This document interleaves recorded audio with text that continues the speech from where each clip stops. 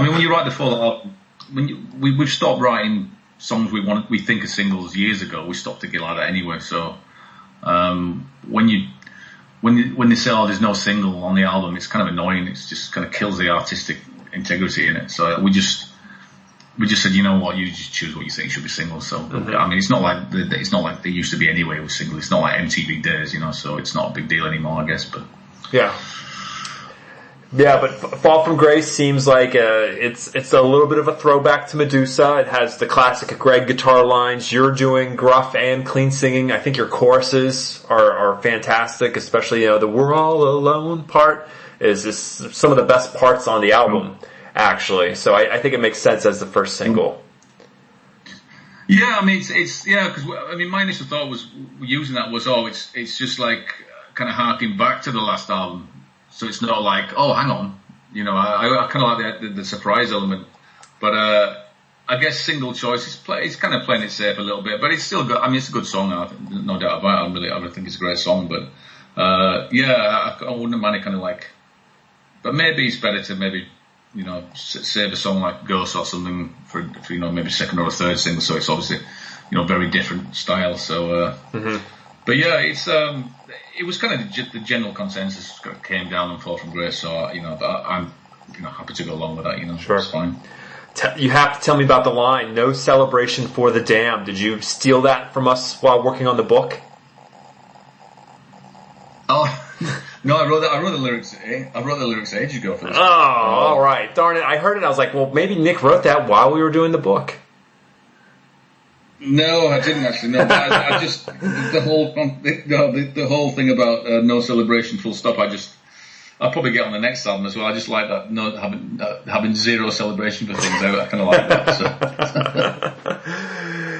Yeah. How's the book got? The response seems very good. Yeah, response has been great. I think Albert's almost sold out of it over here, and then we're gonna do an actual UK version. It's with a company who's done a book for Rotting Christ as well as Moonspell. It's called Cult Never Dies. The guy used to write for Terrorizer, and he writes for Decibel now too, and he's really like a black metal expert, but he loves PL, and he got in touch. And I think what we may end up doing is doing like a special edition of it, because they want to add in a lot of merchandise and even want to add to the book. So we may get back together and do it will be like short stuff like Nick Holmes's least favorite Paradise Lost songs or something like that. We'll do some fun things, I think, versus writing like, because I who knows, maybe we could squeeze this in there too by the time it's released, because they were asking like for an additional chapter, so maybe this is an option too. But so that's happening. The Italian version is happening this fall. The Portuguese version is happening later this year through Fernando from Moonspell, which is pretty cool.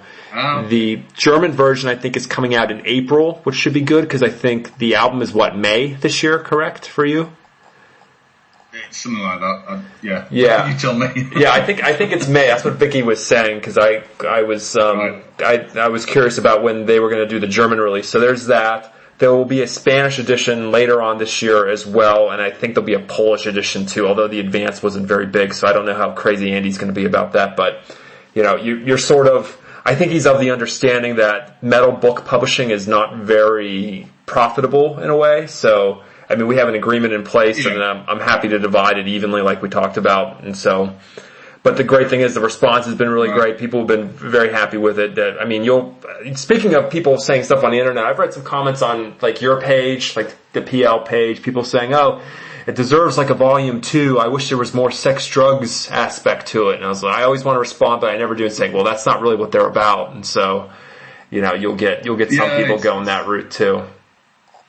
But there are also too used to people fucking lying in their autobiographies as well, Yep, and I don't think we did any. I thought we handled it in a really good way, and I think it's about the music primarily. And the cool thing is we did touch upon your personal lives, but we didn't go so far as they got really scandalous or salacious. So, I think. Yeah, I mean that's it. But I mean, it's you could say, I fell out of a car at 50 mile an hour, but I mean, it's not got nothing to do with anything, Yeah. I mean, and those books, the kind of rock star books, that I don't even like reading them. I just think they're full of shit, these people, I mean, sure. I just don't believe half of it. Yeah, they're making stuff up. Maybe in the late 70s, the early 80s, perhaps there was a lot of that, but I mean, and especially the last 15 years,